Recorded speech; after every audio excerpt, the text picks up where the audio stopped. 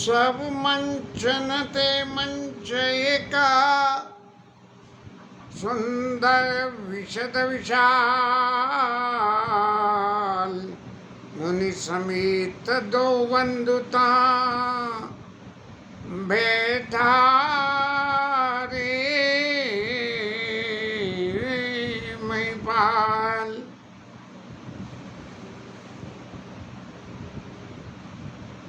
राजा जनक के सेवकों ने और स्वयं राजा जनक की आज्ञा से जो धनुष यज्ञशाला में एक बड़ा सुंदर और बड़ा मंच था, उस पे हमारे राम जी, लक्ष्मण जी और गुरु जी महाराज को मुनि समेत दो बंधुता बैठारे में वहाँ पे जो है राजा ने स्वयं उनको बुला के मान दे के कि प्रभु आप यहाँ विराजमान हो गए।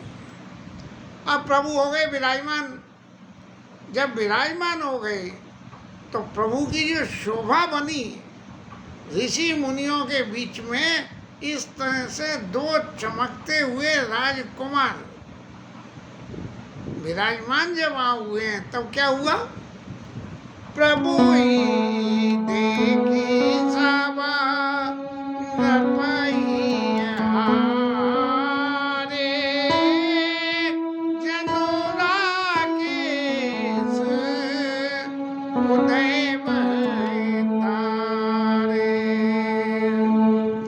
अभी तक तो जितने जितने राजा थे, सबके अपने अपने बनाव, अपने अपने श्रृंगार, अपना अपना स्टाफ।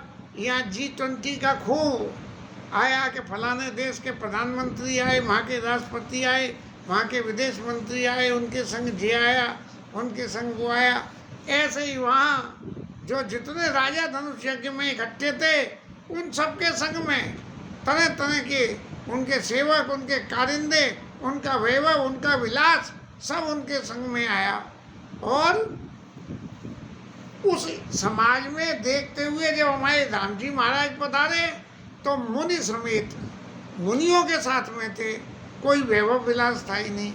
लेकिन फिर भी प्रभु ही देखी सब न पाइया रे, और जन राकेश उदय तारे। प्रभु की शोभा ऐसी हो गई जैसे पूर्णमासी पे पहले शाम को तारे निकल आते हैं और तारों की रोशनी होती है, लेकिन जब चंद्रमा महाराज उदय होते हैं तो सब तारों की ज्योति जो है दब जाती है और चंद्र ज्योति रह जाती है। अब जब ये स्थिति सब लोगों का, जैसे चंद्रमा उदय होने से चंद्रमा को लोग, जो लोग चंद्रमा की साधना जिन्हें करनी हो तो वो लोग चंद्रमा के चंद्र दर्शन करते हैं उदय होते हुए। तो उस उदित दर्शन को देख के लोगों के मन में क्या इच्छा पैदा हुई? अब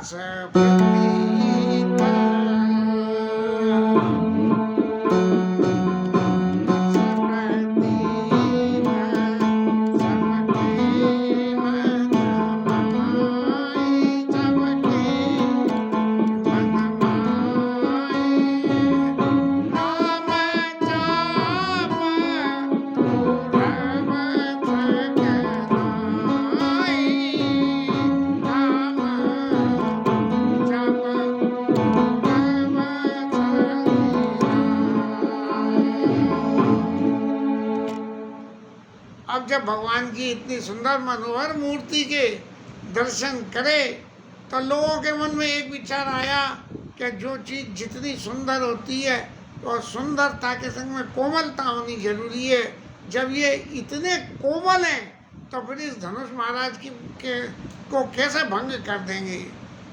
और धनुष नहीं टूटेगा तो क्या होगा? बिन बंजेऊ भव धनुष विशाला और मेली सिया राम उर्मला। महाराज इतनी सुंदर मूर्ति है कि इतनी सुंदर मूर्तियों के आगे सारे कानून एक तरफ रह जाएंगे, धनुष टूटे ना टूटे, लेकिन हमारी सीता मैया जो है राम जी के गले में माला डाल दे। अब जहाँ समाज इकट्ठा होता है तो वहाँ तो हर चीज़ में अपवाद शुरू हो जाते हैं, तो इसमें भी अपवाद शुरू हो गया। और जहाँ राजनीति का विषय आ जाए या हक जताने का विषय आ जाए, वहाँ तो सबसे ज़्यादा होते हैं। तो जब ऐसे जो लोगों के मन में विचार उदय हुए और किसी ने एक दूसरे से इन विचारों को कम्युनिकेट करा, तब क्या हुआ कि बिन वंजे हो भव धनुष विशाला, मैली सी राम और माला। तो जो उन लोगों में जो भले आदमी थे, उनमें क्या हुआ,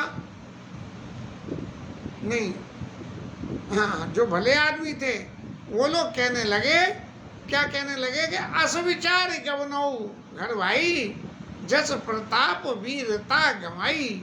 महाराज, भगवान के आगे सब चीज़ हल्की है, इसलिए सब लोग अपने अपने घर चले जाओ, और सीता जी तो राम जी के गले में ही माला डालेंगी, चाहे दूसरा कोई कुछ भी कर दे तो भी उनके गले में नहीं डलेगी। इसलिए सब अपनी वीरता को और अपने यश को छोड़ के अपने अपने घर को चले जाओ। अब जब समाज में ऐसी बात होती है कि एक पार्टी अपना झंडा ऊंचा रहे हमारा करती है, तो दूसरी पार्टी कहती है कि हमारा झंडा उससे ऊंचा। तो कैसे के पिया से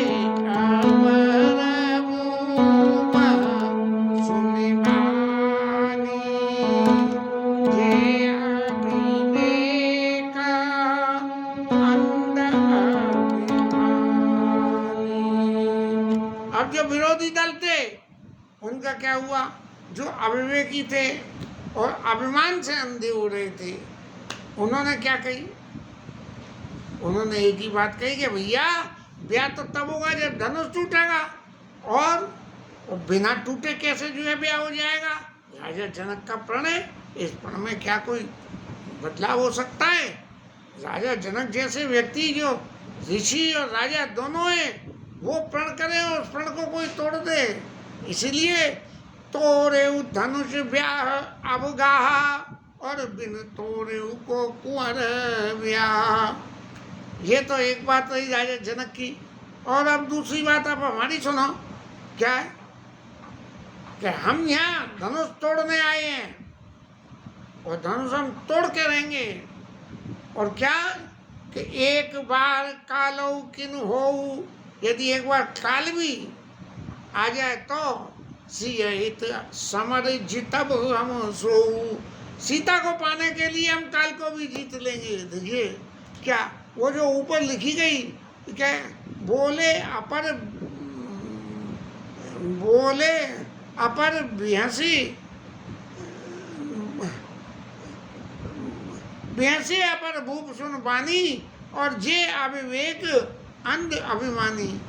अविवेक था और अभिमान से अंधे हो रहे थे, तो वो क्या करेंगे, एक बार कालो किन हो, हम काल को भी जीत लेंगे सीता जी के लिए।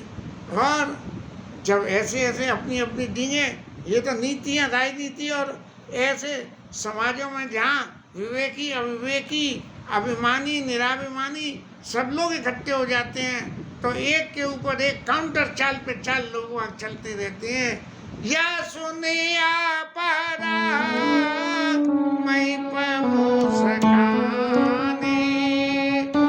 या सुनिया परा मैं मुस्काने, धर्मशीला हरि भगत सयान,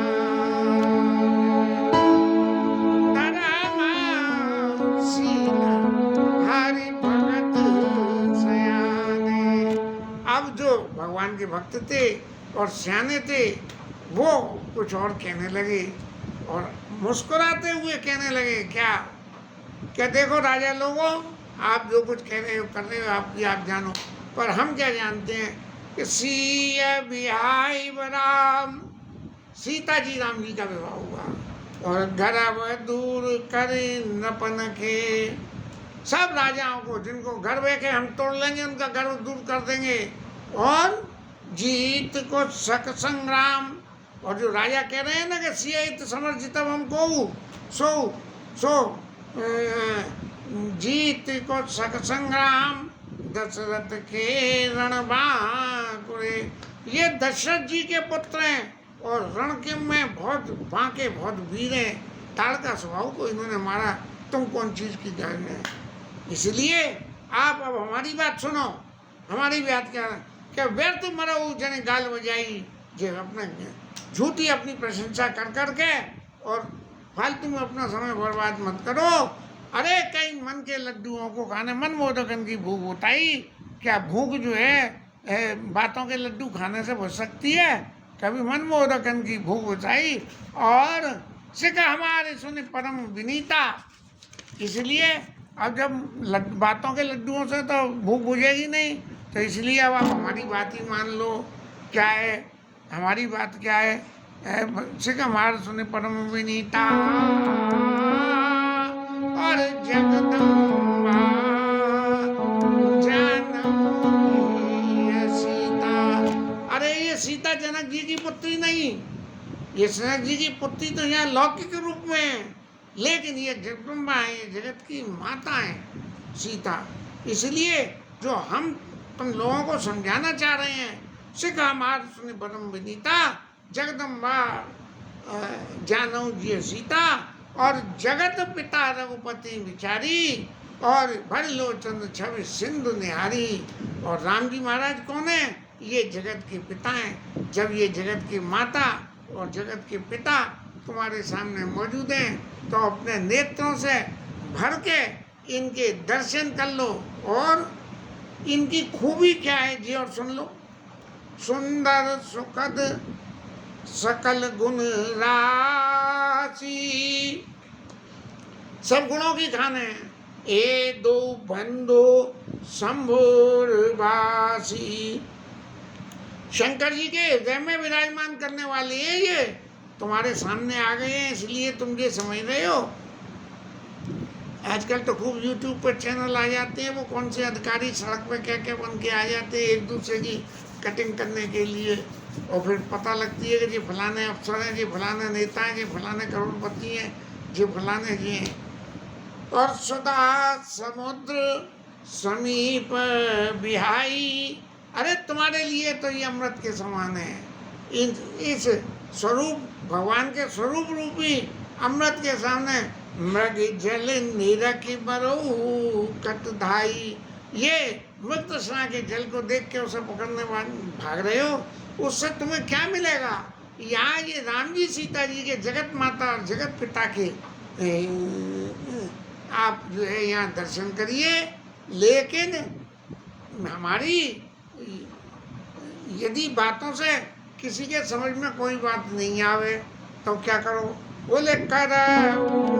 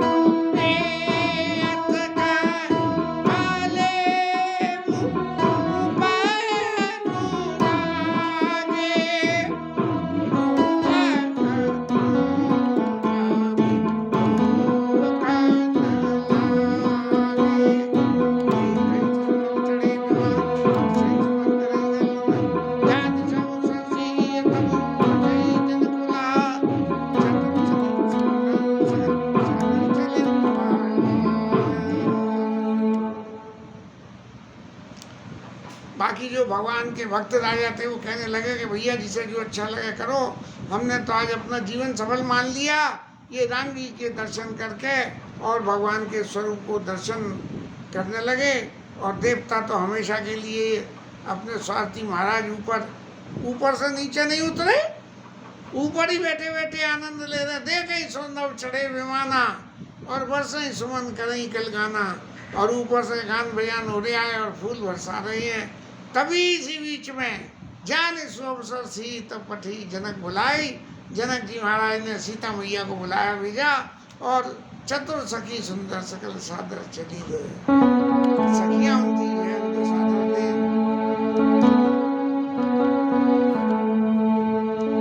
अब सीता मैया की शोभा जो लौकिक नेत्रों से हमारे गोस्वामी जी महाराज ने देखी, तो उसका आनंद ले। सिया शोभा नाई जाई बखानी, जगदम्बिका रूप गुण खानी। सीता जी की शोभा का बखान नहीं हो सकता है। क्यों नहीं हो सकता? कि जगदम्बिका जगत की माता है और रूप की खान है। अब जो रूप की खान है तो उससे आगे कुछ है ही नहीं, तो फिर वर्णन क्या करें।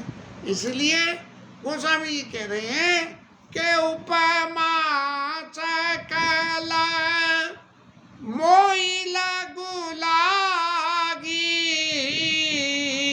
प्राकृत नारी अंग अनुरागी। इस संसार की स्त्रियों की तुलना में उनको देखते हुए और हमारी सीता मैया को देखते हुए मुझे सारी उपमाएं छोटी लगने लगी कि मैं इन किसी से भी सांसारिक समाज में, संसार में मातृ शक्ति स्वरूप की किसी की भी तुलना हमारी सीता मैया से नहीं करी जा सकती है। और सिय वर्णीय तीय उपमा देई को कभी कहा ही है इसको ले।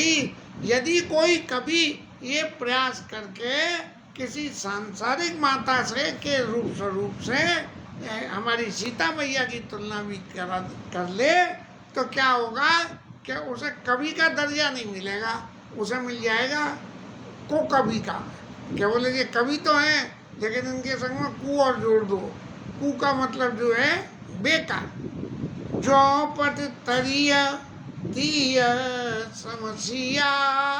अब गोस्वामी जी महाराज कहना चाह रहे हैं कि मान लो थोड़ी देर को एक सांसारिक जगत, इस संसार में माताओं के तुलना में हमारी सीता मैया को यदि हम उनके सामने तुलना करना चाहें तो जुगुति का कमनिया, ऐसी कोमल दूसरी कोई युक्ति है ही नहीं। क्यों?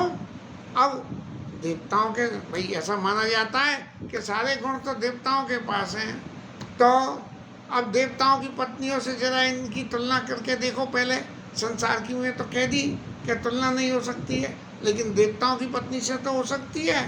तो गिरा मुखर तन अरद भवानी, और रति अति दुखित अतनो पति जानी। गिरा मुखर तन अरद भवानी, हमारी पार्वती मैया अर्धनारीश्वर स्वरूप में आदि शंकर जी आदि हैं। तो ये तो पूर्णतया जो है शक्ति है, इसलिए इनसे पार्वती मैया की तो तुलना ही नहीं हो सकती।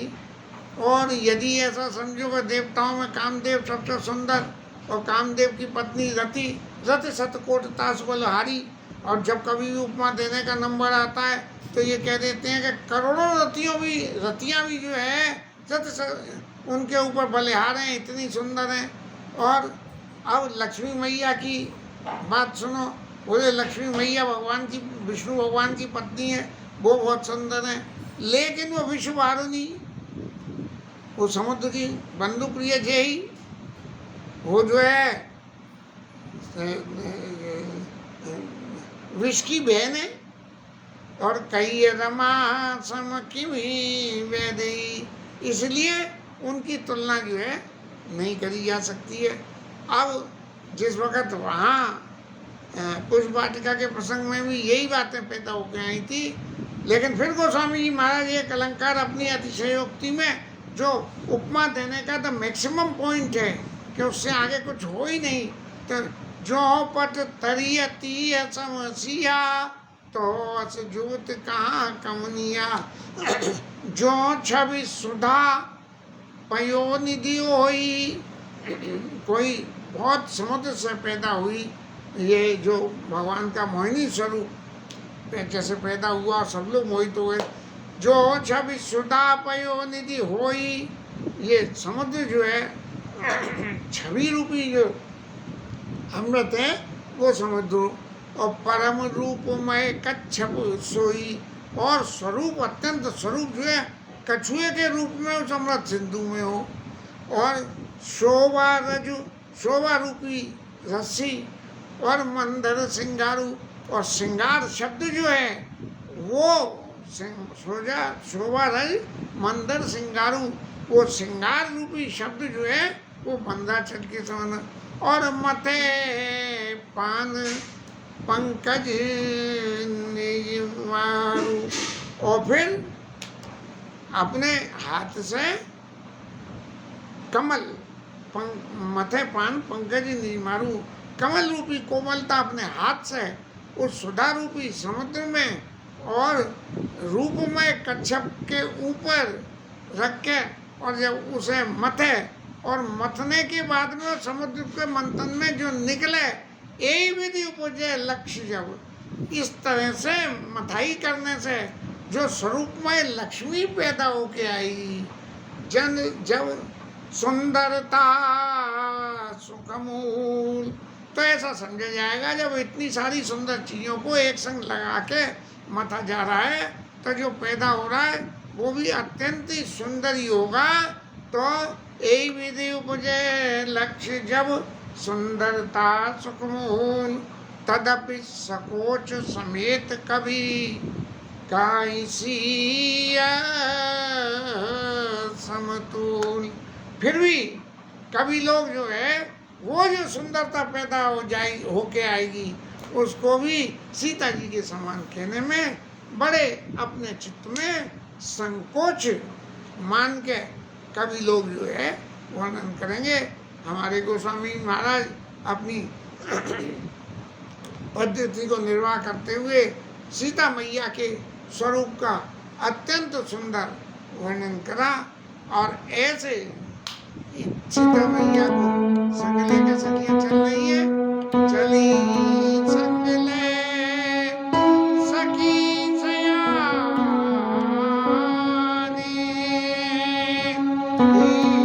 गावत गीत मनोहर वाणी। अब सखियां लेकर चलेंगी और उनको इस धनुष्य के आयोजन में स्थान दे के बिठाया जाएगा, और बिठाने के बाद में फिर धनुष तोड़ने की क्रिया शुरू होगी, राजाओं के मान अभिमान का मथन होगा, राम जी महाराज धनुष तोड़ेंगे और सिंह जयमाल राम और मेली सीता जी राम जी के गले में जयमाला डालेंगे। इस प्रसंग की कथा को कर लेंगे।